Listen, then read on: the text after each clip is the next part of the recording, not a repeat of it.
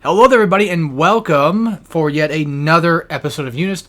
And funny enough, real quick, okay, I gotta change that. Alright, so check. Game difficulty correct.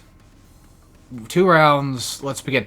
I've been in the mood to want to play Unist recently again, and what do you know? Izumi's out. So I think she probably came out today. I'm not sure. I want to look at her colors.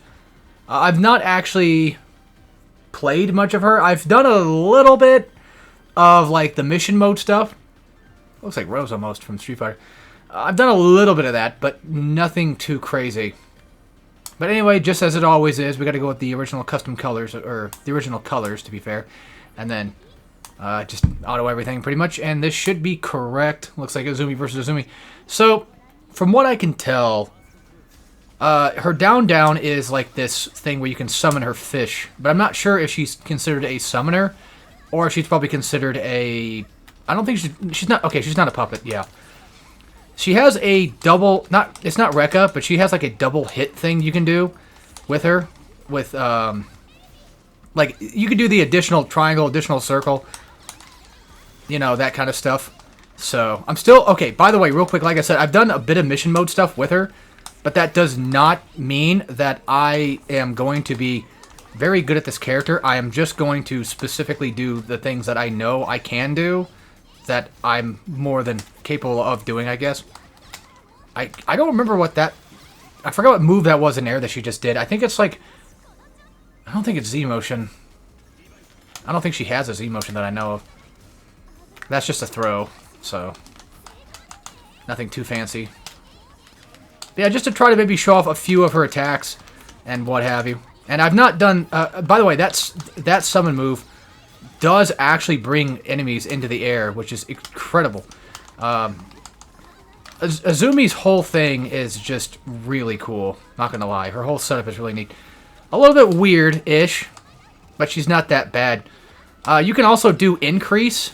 You can do a standing increase heavy into an aerial increase.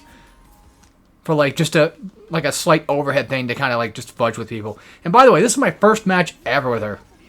And I did like mission mode for about maybe a few minutes before I just decided to say, I think I've pretty much got the character kind of figured out for the most part.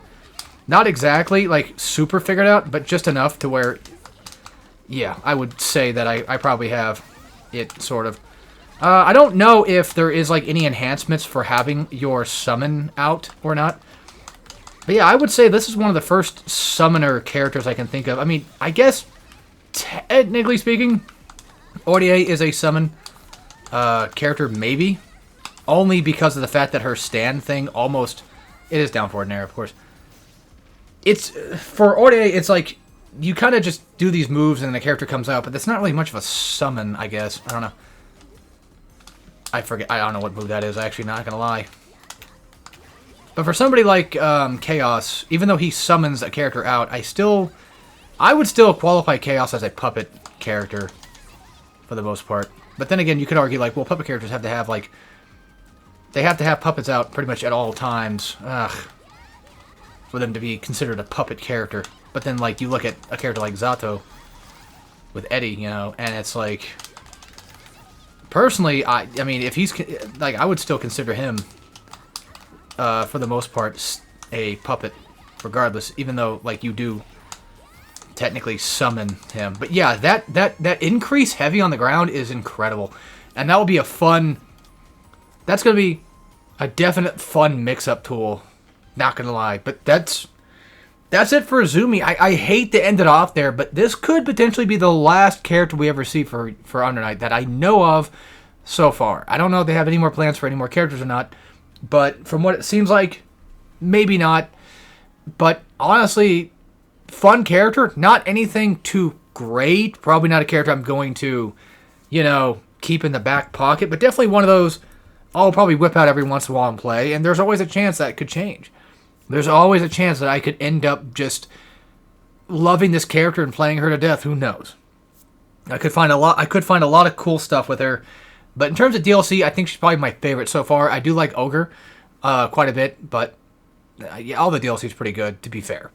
Other than that, I think this is going to be the end of the Under Night series unless I do a round 2. I usually won't do a round 2 unless the game is completely finished. So if there ever is a chance for a round 2, that could always happen. Even though a round 2 could happen even if I don't finish a game, but oh well. Anyway, that might be it. If there's more characters in the future, I'll probably end up doing them when they come out, hopefully. And yeah, go have fun, go play Izumi, and that's it. So take care, everybody.